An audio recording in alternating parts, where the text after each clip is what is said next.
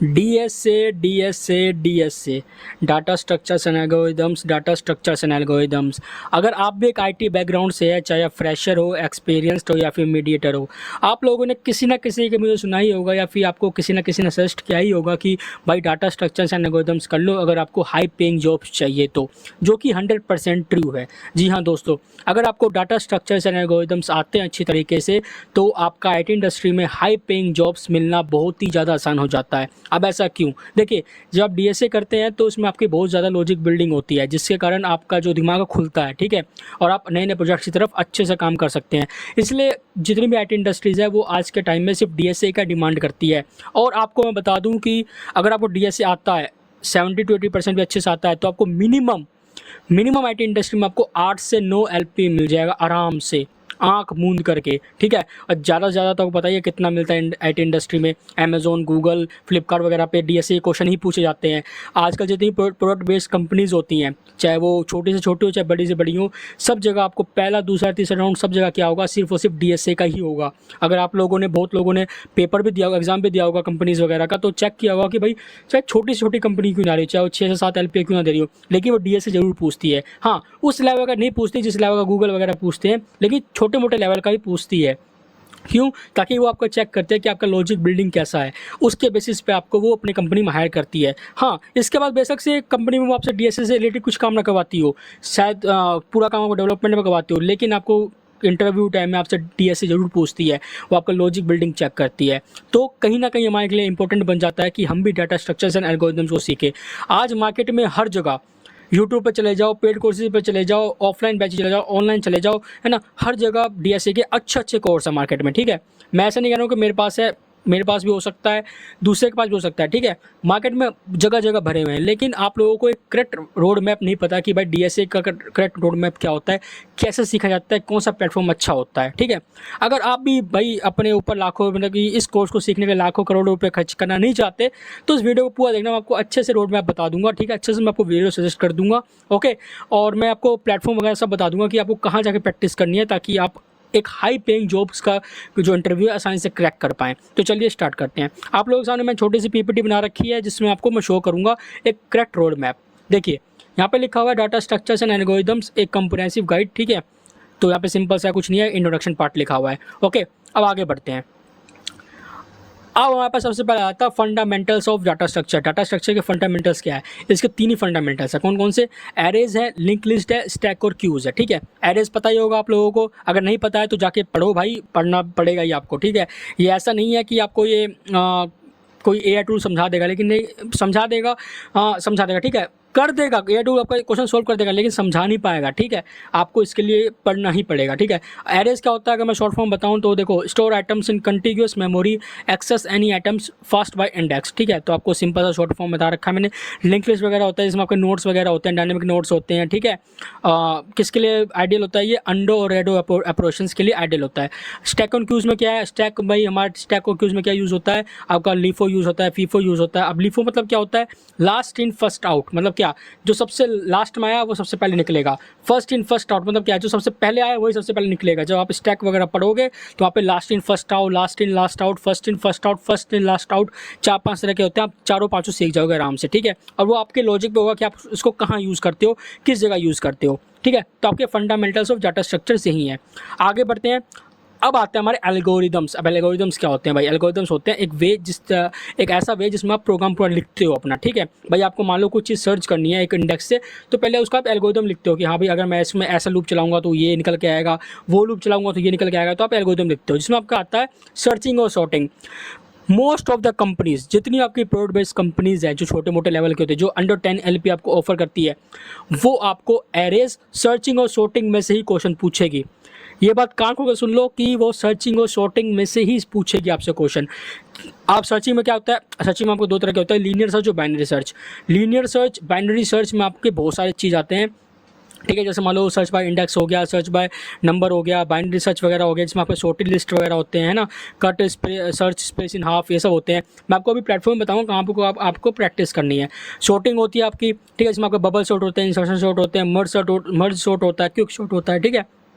तो आपको searching and sorting करनी है, ज़्यादा कुछ नहीं। आप इनके मुश्किल से 10 क्वेश्चन इसके सोल्व कर लो, 10 क्वेश्चन इसके सोल्व कर लो, आपके सर्चिंग एंड सॉर्टिंग आपके क्लियर हो जाएगा। ठीक है, मैं आपको फिर बता रहा हूँ, पढ़ना पड़ेगा, पढ़ने के बाद ही सोल्व करना, उससे पहले सोल्व करोगे तो आपको पढ़ने कुछ नहीं पड़ेगा। ठीक है, आपको लॉजिक सीखना है कि हाँ भी लॉजिक काम कैसे करता है एक्चुअली में। ठीक है, क्योंकि देखो बहुत सारी कंपनी में ऐसा होता है चीटिंग कर लेते हो, लेकिन बहुत सारी कंपनी में ऐसा होता है चीटिंग नहीं कर पाते हो। ठीक है, तो वहाँ पे आपका लॉजिक काम आता है। ओके, अगर मैं आपको प्लेटफॉर्म सजेस्ट करूँ तो बहुत सारे प्लेटफॉर्म्स हैं, लीड कोड है, कोड शेफ है, गीक्स फॉर गीक्स है ना, हैकर रैंक है, बहुत सारे हैं।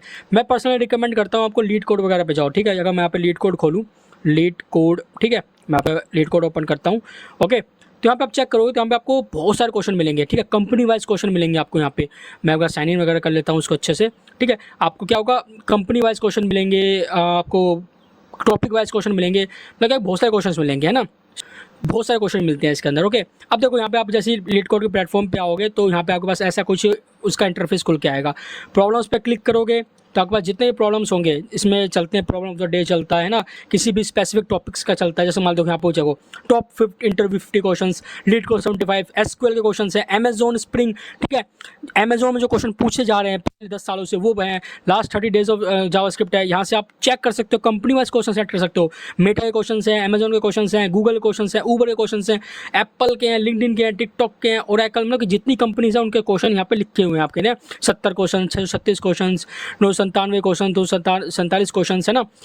ये आपको कंपनी वाइज आपको कब सोल्व करने हैं, जब आपके सारे क्लियर हो जाए और यहाँ पे कम से कम आप 100 से 150 क्वेश्चन सोल्व कर लोगे। जी हाँ दोस्तों, सिर्फ 100 से 150 क्वेश्चन सोल्व कर लोगे तो आप यहाँ पे बढ़ लेना, आपका आराम से जैसे क्लियर हो जाएगा। ठीक है, यहाँ से अगर आप चाहो तो यहाँ से भी आप जैसे एक्सपेरिमेंट पर क्लिक करोगे तो यहाँ पे सारे क्या है आपके टॉपिक्स लिखे हुए हैं। अभी हम लोग क्या कर रहे हैं, अभी हम लोग कर रहे हैं सर्चिंग सॉर्टिंग। ठीक है, अगर मैं सर्चिंग पर क्लिक करूँ, कहाँ है मैं सर्चिंग, अगर मैं सर्च कर लेता हूँ सर्चिंग कहाँ है, देखो बाइनरी सर्च ट्री है ना, बाइनरी सर्च ट्री अगर इस पर आप क्लिक करोगे तो आपके सामने बाइनरी सर्च के क्वेश्चन आ जाएंगे। देखो कितने सारे बाइनरी सर्च ट्री हैं, देखो अगर कितने सारे क्वेश्चन हैं, आपको सारे सॉल्व नहीं करने हैं, मीडियम और इजी वगैरह यूज़ कर लो। देखो और इसमें क्या है ना, सारे क्वेश्चन ना सिमिलर होते हैं। आप जैसे 8-10 क्वेश्चन सोल्व कर लोगे ना अपने आप, तो आपको क्या होगा, ऑटोमेटिक सारे क्वेश्चन सोल्व होने लग जाएंगे। ठीक है, क्योंकि सब में सेम लॉजिक लगना स्टार्ट हो जाता है। जैसे kth smallest tree number, binary search iterator है ना, verify pre order sequences, closest binary search tree, ये सब आपके बाइनरी सर्च ट्री के हैं। तो यहाँ से आप क्या कर सकते हो, कोई भी टॉपिक आप इजीली सर्च कर सकते हो। आगे बढ़ते हैं तो सॉर्टिंग में बिल्कुल सेम है, लीड कोड पे जाओ, सॉर्टिंग सर्च करो, सॉर्टिंग को सारे क्वेश्चन आ जाएंगे। आगे बढ़ते हैं, अब आता है आपका एडवांस डाटा स्ट्रक्चर्स। अगर आप अबव 10 LPA कंपनी में अप्लाई करते हो, जैसे मान लो आपका ब्लूमबर्ग हो गया, एडोबी हो गया, गूगल हो गया, मेटा हो गया ना, अबव 10 LPA ऑफर करते हैं वो लोग, तो उसमें आते हैं आपके ट्रीज आते हैं, हीप्स एंड ग्राफ्स आते हैं। ट्रीज जो है कहीं ना कहीं आसान टॉपिक है। ठीक है, यहाँ लिखा हुआ है, एडवांस घरवाने की जरूरत नहीं है। ट्रीज कहीं ना कहीं मेरे अकॉर्डिंग आसान टॉपिक है। ठीक है, इसमें बहुत कम क्वेश्चंस होते हैं, बहुत ज़्यादा अच्छा लॉजिक होता है इसका। ठीक है, इससे ज़्यादा कुछ करना नहीं होता। इसमें क्या होता है, एक पेरेंट और उसका चिल्ड्रन होता है, फिर उसका सब चिल्ड्रंस होते हैं, ऐसा होता है। ठीक है, हीप्स एंड ग्राफ्स। इससे पहले बात करते हैं हायर के नोट्स विद ट्राइवर्सल्स। आपको इसमें नोट ट्राइवर्सल्स आना चाहिए, बिल्कुल आना चाहिए। ठीक है, ट्रीज इस पर आओगे तो आप यहाँ पे सर्च करोगे ट्रीज वगैरह, तो आपको यहाँ पे बहुत सारे क्वेश्चन मिल जाएंगे। ठीक है, मैं आपको पूरा गाइड कर रहा हूँ, रोड में बता रहा हूँ कैसे कैसे करना है। ठीक है, वीडियो पूरा देखना, ऐसा स्किप कर दो, आपको समझ में आ जाए। आगे मैं आपको एक चीज़ और बताऊँगा इसके बारे में ना, एक ट्रिक भी बताऊँगा आपको मैं। ठीक है, तो जिसमें आप जैसे ट्रीज वगैरह कहाँ भाई, एरे स्ट्रिंग हैश, देखो एरेज हो गया, स्ट्रिंग्स हो गया, हैश टेबल हो गया, डायनेमिक प्रोग्राम, मैथ हो गया, ग्रीडी हो गया, डीप फर्स्ट सर्च हो गया, बाइनरी सर्च हो गया, डाटाबेस, मैट्रिक्स, ट्री पे क्लिक करेंगे तो भैया जी देखो ट्री का क्वेश्चन कहाँ है हमारे पास। तो आप ट्रीज में आओगे, देखो ट्रीज में आगे हम देखो इसमें भी क्वेश्चंस है, काफ़ी क्वेश्चंस है, लेकिन सब आसान क्वेश्चंस है। देखो sub tree of another tree, binary tree, tilt है ना, काफ़ी अच्छे क्वेश्चंस है इसके अंदर। ऐसे आपका हीप्स आता है, ऐसे आपका ग्राफ्स आता है। ठीक है, heaps power private queues, graphs model connections, link like social networks. ठीक है, आप जब इसके बारे में पढ़ोगे तो आपको अच्छे से नॉलेज आएगा। आप इसको कहीं भी पढ़ सकते हो भाई, यूट्यूब पे फ्री कोर्स बहुत पड़े हुए हैं। अगर आप फ्री कोर्स संतुष्ट नहीं हो तो आप चाहो तो पेड कोर्सेज भी ले सकते हो किसी भी का। ठीक है, मैं पर्सनली किसी को सजेस्ट नहीं करूँगा। ठीक है, लेकिन आप ले सकते हो, आपको जो रिव्यू चेक कर लो यूट्यूब वगैरह पे, तो जो पसंद है आपको ले लो। आते हैं अब ग्राफ एल्गोरिथम। यहाँ पे हमने पढ़ा था ग्राफ क्या होता है, यहाँ पे ग्राफ एल्गोरिथम क्या क्या आता है। आपको आता है Dijkstra algorithm, finding shortest path on maps with non negative weights. आप लोगों ने गूगल मैप यूज़ किया होगा, बहुत लोगों ने। गूगल मैप हमेशा डिजक्स्ट्रा एल्गोरिथम का यूज़ करता है, क्योंकि वो आपको शॉर्टेस्ट पाथ दिखाता है हमेशा। उसमें क्या है, आपका डिजक्स्ट्रा एल्गोरिथम यूज़ हुआ है, Bellford algorithm, meaning spanning tree आ गया। ये मैंने 3 एग्जाम्पल दिए हुए, ऐसे ऐसे 8-10 एग्जाम्पल्स हो रहे हैं। इसमें डिजक्स्ट्रा एल्गोरिथम आता है, बेलमैनफोर्ड एग्जाम्पल आता है, मिनिमम स्पैनिंग ट्री आता है। ठीक है, जिसमें आपका Prim's and Krus Kruskal's connect को आता है, इसमें आपका ग्राफ्स विद नेगेटिव एल्ड वेट सेफ्टी आता है, find shortest path on maps वगैरह होता है, ठीक है। जब आप ग्राफ्स वगैरह पढ़ोगे तो उसमें आपका और भी टॉपिक्स खुल जाएंगे, ठीक है। तो उसमें आप याद रखना डिजक्स्टर एल्गोरिथम है, बेलफोर्ड एल्गोरिथम है, मीनिंग स्पैनिंग ट्री है। मीनिंग स्पैनिंग ट्री में क्या है, प्रिम्स एल्गोरिथम है, क्रूस्काल्स एल्गोरिथम है, ठीक है। दोनों एल्गोरिथम अलग अलग हैं, इन दोनों का चेस कर लेना। ये आपका अबव 10 LP वाली कंपनी में पूछता है, ठीक है, पूछता है, ठीक है। आगे बढ़ते हैं, अब आते हैं डायनेमिक प्रोग्रामिंग। डायनेमिक प्रोग्रामिंग क्या है भाई, थोड़ा एडवांस प्रोग्रामिंग आता है। इसमें आपका पहले कॉन्सेप्ट्स होता है, पहले क्या करते हो आप, जो यहाँ पे लिखा हुआ है देखो, break problems into subproblems. बड़े बड़े प्रॉब्लम्स को पहले क्या करते हो आप, छोटे छोटे प्रॉब्लम्स में बांटते हो। मान लो आपको कहा गया कि आपको एक 5 माले की बिल्डिंग बनानी है। अब ऐसा तो नहीं है कि एक ही दिन में बना दो 5 मंजिल, नहीं बनाओगे। पहले क्या करोगे, पिलर गाड़ोगे, फिर ब्लेंडर गिराओगे, पहली मंजिल बनेगी, फिर दूसरी मंजिल बनेगी, फिर तीसरी बनेगी। आप धीरे धीरे करके बना रहे हो ना, क्या हो रहा है, आप सीख भी रहे हो, बना भी रहे हो और एकदम परफेक्ट बन रहा है। ऐसा तो नहीं है कि भाई कहीं से उठा के लाया 5 मंजिल एक में गाड़ दी, पता चला गया पूरी मंजिल गिर गई, खत्म, सब कुछ खत्म, बाय बाय टाटा। ऐसा तो नहीं है। इसमें भी बताया गया पहले कॉन्सेप्ट बनाओगे, आप बड़े बड़े प्रॉब्लम्स को छोटे छोटे प्रॉब्लम्स में बांटोगे, टेक्निक्स यूज़ करोगे, कौन मेमोराइजेशन टैबुलेशन टेक्निक्स होती हैं। जब पढ़ोगे कोर्स वगैरह तो वहाँ पर पता चल जाएगा ऑटोमेटिक। एग्जांपल्स में बताता हूँ आपको, फैबोनाची सीरीज होता है, नैपसैक प्रॉब्लम होता है, एडिट डिस्टेंस बिटवीन स्ट्रिंग्स होता है। जितनी भी अंडर 10 LP है वो आपको डायनेमिक प्रोग्रामिंग पूछती है, ठीक है, याद रखना बात का। डायनेमिक प्रोग्रामिंग में आपको लीड कोड मिल जाएगा आराम से, ओके। आगे बढ़ते हैं, एल्गोरिथम एनालिसिस। देखो सबसे पहला टॉपिक ये आपको सीखना है, टाइम कॉम्प्लेक्सिटी और स्पेस कॉम्प्लेक्सिटी, ओके। ये क्या होता है, देखो टाइम कॉम्प्लेक्सिटी भाई आपको जो है ये क्वेश्चन इतने टाइम में सोल्व करना होना चाहिए। और स्पेस कॉम्प्लेक्सिटी मतलब क्या है कि आपका ये जो प्रॉब्लम है ये सिर्फ और सिर्फ इतना ही मेमोरी लेना चाहिए। ऐसा नहीं है कि मैंने 5 लाइन का क्वेश्चन है, ठीक है, और 2 लाइन का आंसर है, आप 20 लाइन बना रहे हो। मेमोरी जहाँ पे एग्जाम्पल बताना होगा मैं, जहाँ पे वो 1 GB कंज्यूम कर रहा है वहाँ पे वो 10 GB कंज्यूम कर रहा है, तो भाई वो फिर स्पेस एफिशिएंट नहीं है। तो फिर आप एक काम करो, छोड़ दो, ठीक है। तो आपको सबसे पहला टॉपिक क्या सीखना होगा, कोई भी होगा आपको सबसे पहले सिखाएगा टाइम कॉम्प्लेक्सिटी और स्पेस कॉम्प्लेक्सिटी। अगर आप किसी भी क्वेश्चन चेक करोगे, मान लो मैं इस क्वेश्चन में चेक करता हूँ, ठीक है, तो मैं यहाँ पे चेक देखो, आप लिखा होगा यहाँ पे साफ साफ, देखो यहाँ पे नीचे आएंगे तो यहाँ पे आपका लिखा होना चाहिए कांस्टेंट आ गया, इनपुट्स आ गए, है ना। इसमें लिखा क्यों नहीं है भाई, इसमें लिखा होना चाहिए number of constant if BST is modified, ठीक है, एक्सेप्टेड है।